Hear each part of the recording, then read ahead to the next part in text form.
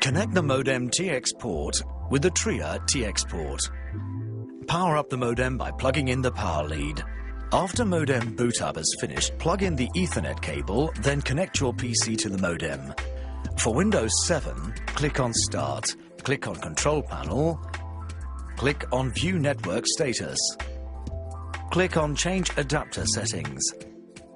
Right-click on Local Area Connection. Click on Properties.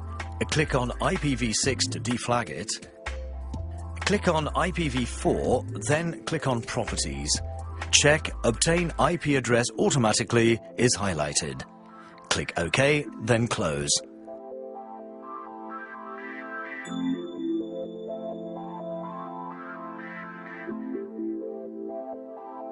You now need to configure Internet Explorer. Open the browser. Click on Tools.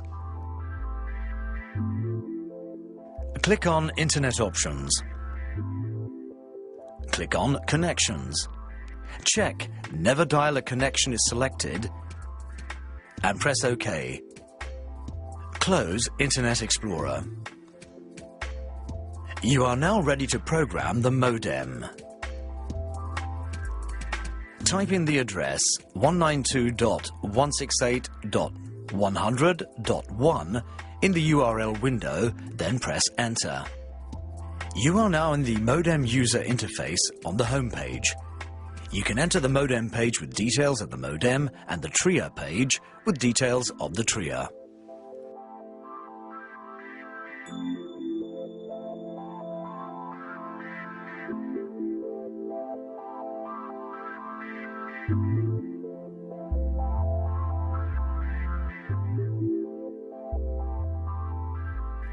To configure the modem for installation, enter the address and install. You now highlight the spot color indicated by the KA Sat finder and press on the arrow on the right-hand side. You now enter a new screen for antenna pointing. You can now start the second method of finding the satellite with an inclinometer and the beeper. Verify that the two elevation locking nuts are loose.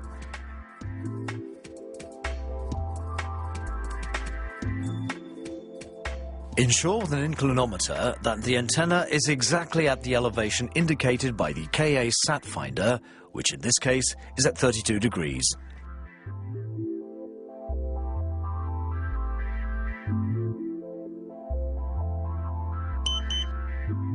You now hear a heartbeat tone.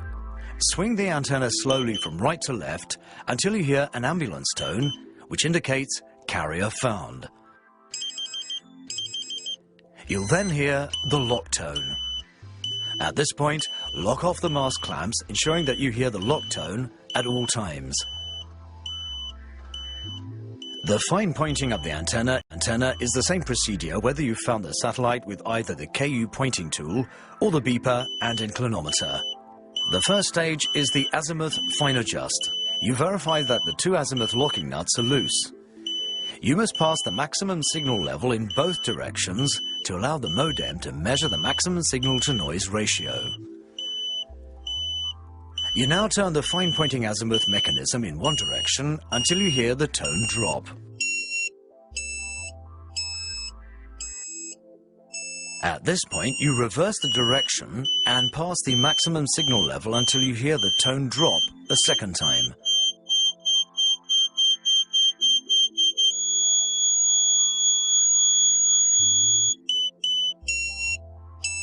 Now you reverse the direction and turn until you hear the continuous tone.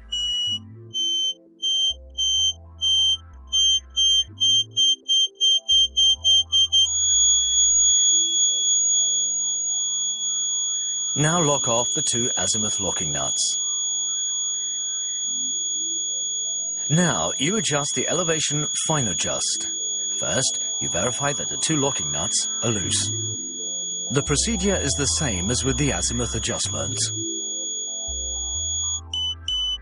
You first adjust one way, passing the maximum until you hear the tone drop. Now reverse the direction.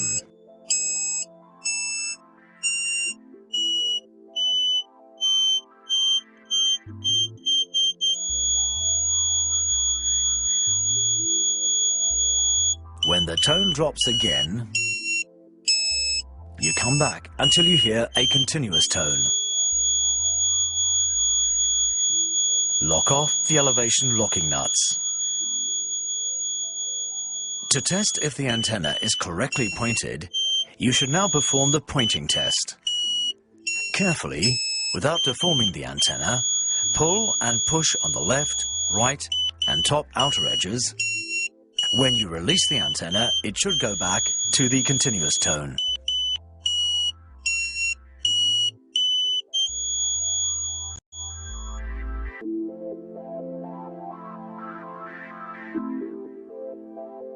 Once the pointing test is finished, you'll see a third box with a tick. Once you have a tick, you click on the arrow on the right-hand side.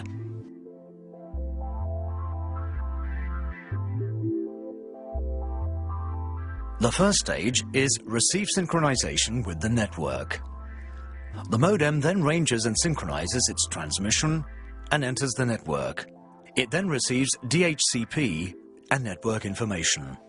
Finally, when the LAN LED is blinking, it's on the last stage of synchronization. When all 4 LEDs are on, the modem is online. It is ready for activation with the activation code. Whatever internet page you enter, you should now go to the activation page. Click Enter. Enter your population and activation codes.